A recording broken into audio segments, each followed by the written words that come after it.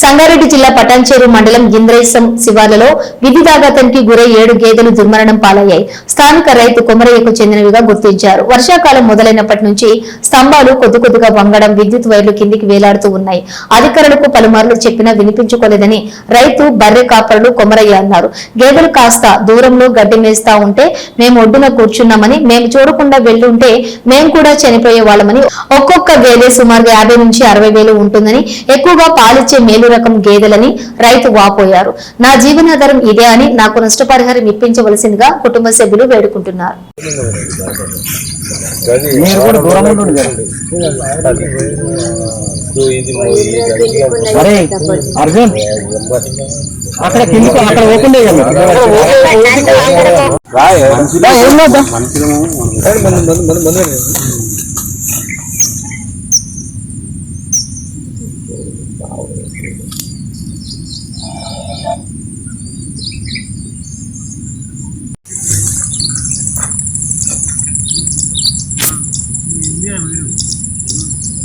ఈ చెట్ల మీదకేనా అయిపోతుండే వైర్లు ఉన్న ఎట్లుంటే అయిపోతుంది.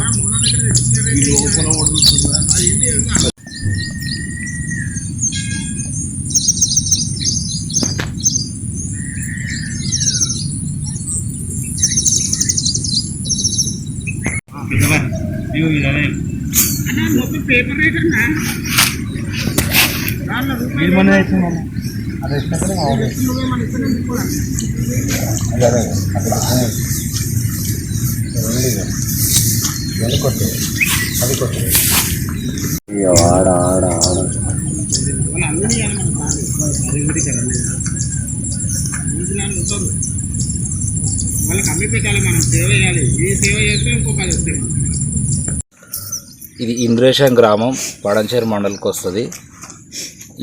ఈ కరెంటు నిర్లక్ష్యం వల్ల మరీ కరెంటు తీగలు ఇంత కింద పడిపోవడము, కరెంటు ఇంత పెద్ద లేఅవుట్ వేసుకున్న వాళ్ళ కోట్లకు అధిపతులు పాపం. వీళ్ళైతే మరీ ఆ బర్రె పాలిస్తే ఆ పాలమ్ముకొనే బతికేది వీళ్ళు కానీ, ఆయన కానీ, ఆ పెద్ద మనిషి కానీ రీసెంట్గా 3 లక్షలు పెట్టి 2 బర్రెలు తెచ్చిండు.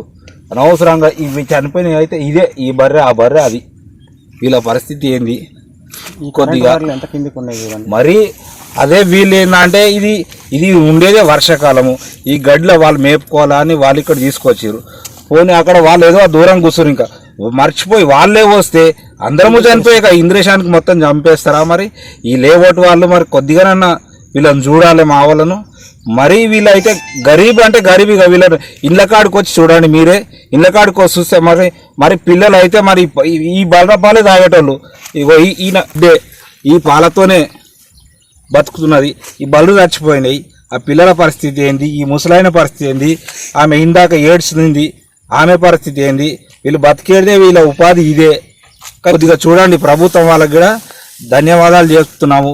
కొద్దిగా ఈ ఎమ్మెల్యే గారు అవైలబుల్లో లేడు కాబట్టి ఎమ్మెల్యే గారికి కూడా కలుస్తాం రేపు, కానీ రేపు తీసుకెళ్తాము. కొద్దిగా ఈ ప్రభుత్వం ఏదైనా సహకరించాలని కోరుతున్నాము.